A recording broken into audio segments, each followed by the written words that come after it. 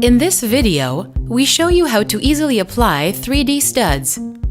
They can be applied to various materials, positioned either individually or evenly, using a linear grid.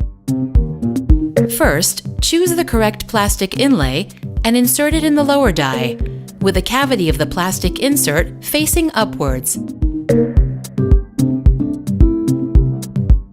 Now, place the lower die in the fly press and insert a 3D stud with a crystal facing downward.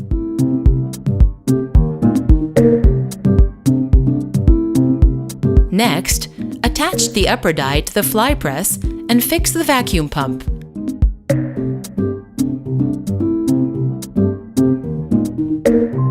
Now, turn the vacuum pump on and place the back part in the upper die with the arrow pointing downwards.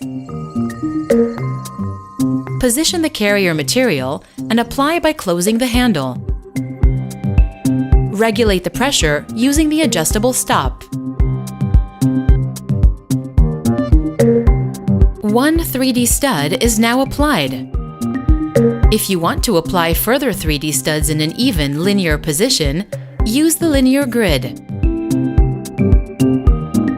Set another 3D stud with crystal pointing downwards in the lower die with the inlay already inserted. The 3D stud we applied first needs to be positioned in one of the linear grid's cavities, crystal side facing down. Place a back part in the upper die with the arrow pointing downwards and close the press. Repeat this step to apply more 3D studs in an even, linear design. When a 3D stud of another size is being applied, the corresponding plastic insert has to be changed first.